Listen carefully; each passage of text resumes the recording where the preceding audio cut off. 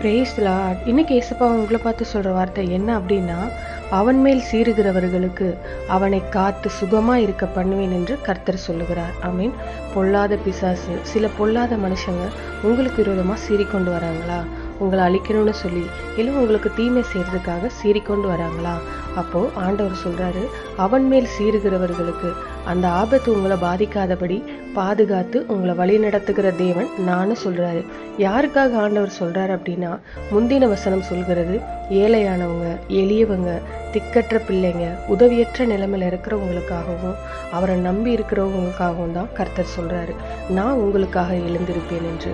ஏழைங்க எளியவங்கன்னு கூட சொல்லி உங்க மேல சீறி உங்களை அழிக்க யாராவது நினைச்சாங்க அப்படின்னா கர்த்தர் உங்களுக்காக எழுந்திருப்பார், உங்களை பாதுகாத்து நடத்துவார். நீங்க நல்லா இருப்பீங்க, சுகமா இருப்பீங்க.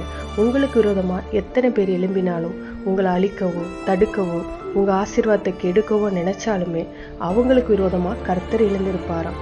யார் உங்களுக்கு விரோதமா சீர்றாங்களோ அவங்களுக்கு விரோதமா கர்த்தர் எழுந்திருப்பார். அவங்க காணாம போயிடுவாங்க, நீங்க நிற்பீங்க, ஜெயிப்பீங்க, நல்லா வாழ்வீங்க. கர்த்தர் உங்க பட்சத்தில் இருக்கிறார். விசுவாசிக்கிறீங்களா? அப்படின்னா விசுவாசத்தோட ஆண்டவரை பார்த்து சொல்லுங்க, ஆண்டவரே, ஏழைகள் எளியவர்கள் மீது அக்கறையுள்ள தேவனப்பா, பொல்லாத மனிதர்கள் எங்களுக்கு விரோதமாக எழும்பி சீரும்போது நீர் எங்களுக்காக யுத்தம் செய்து ஜெயம் கொடுத்து பாதுகாத்து நடத்துவதற்காக உம்மை ஸ்தோத்திரிக்கிறோம். இயேசுவின் நாமத்தில் ஜெபிக்கிறோம் பிதாவே, ஆமென்.